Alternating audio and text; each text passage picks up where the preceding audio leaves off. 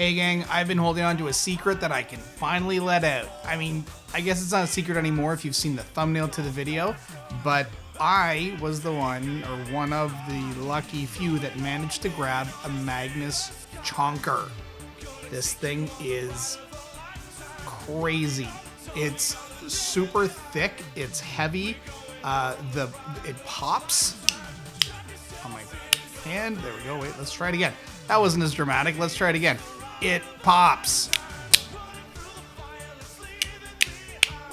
This thing is really solid. I don't think it's going to be for everyone. There's definitely kind of targets a specific type of fidgeter in terms of hand size, weight, everything. But let's have a look, and we'll go through all the features of the Magnus Chonker. This thing is huge. Let's go.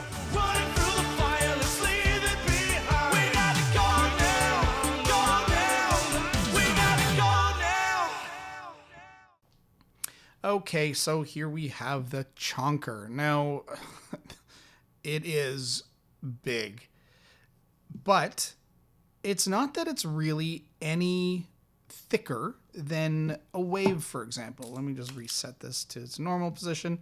So if you look at a wave and you look at the Chonker, width-wise, they are almost the same. Now, I have to pull these away from each other because they're like kids in a kindergarten class. They just always want to go together.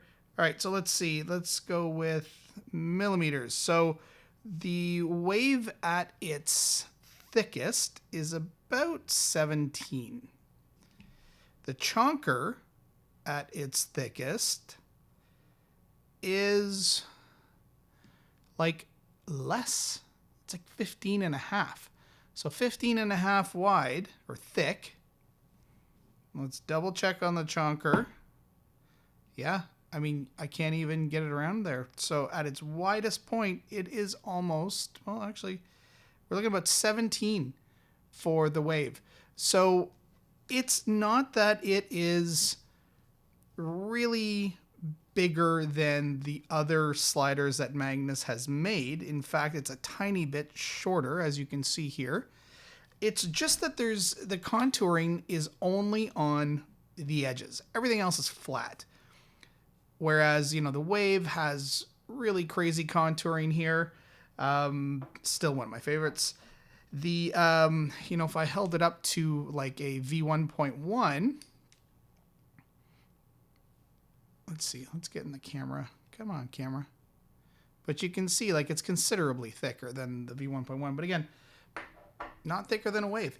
The difference, though, is it's solid. It is thick all the way around. It's got some beautiful edging. The beveling on here is really, really nice. It's nice and smooth. Now, it's polished, right? This is mirror polish. Like, look at this. You can see me talking. You can see right up my nose. Breathe. Yeah, look at that. So that's the mirror polish on this. And that does make it a bit slippery, right? You can't activate this from the top. Or if you can, like I say that, and then I literally do it while I say you can't. But it's harder. It's easier grabbing from the edges and pushing. What this is great at, too, is like a side slider. So these big, thick, fat edges really help this technique. So this thing you want to constantly do when you're holding it is just sort of like the pinch open, because the pinch works really well with these nice thick edges. But again, this thing ladders. Now, I always find it tough to ladder on camera like this on the top down because you're holding it in a weird position. But as you can see here, I'll zoom out a bit. Right, so laddering is fine. It's not so heavy that it pulls it right off, but I will say it's heavier than other sliders that I own. And so, you know, we are dealing with a bit more weight, which means the top has more weight. So it's a little more prone maybe to flying off if you get too crazy with it. But it's, I mean, of course, it's a Magnus slider, right? It's built fantastic. It's super solid. It's unique. It's like, I think he's only made one or two. for now anyways. But it's really, really cool. And it's got a really, really nice feel to it. Almost like I mean, you know, the word worry stone gets thrown around a lot, but this kind of has that, right? Like, I guess this is sort of like what the pebble would feel like or something, like just nice and smooth. Feels good in the hand, and it's got a really nice click on the way down. Sorry, my microphone is above my camera, which is why doing this doesn't bring this any closer to the microphone. But doing this, hold on. There, that was right up at the mic. So anyways, this is cool. This is great. I'm not sure if it's for me, only because it's a little big and a little heavy, but you can see how it just flips beautifully because it's heavy, right? So it just wants to spin and go back into position. I'm probably going to turn this into a rattle as well by taking out the rubber gaskets, although someone did comment on the last Magnus post I did about taking out the rings, that he had an issue where he took the rings out, and after about a week or so, he took it apart and found little cracks in the magnets.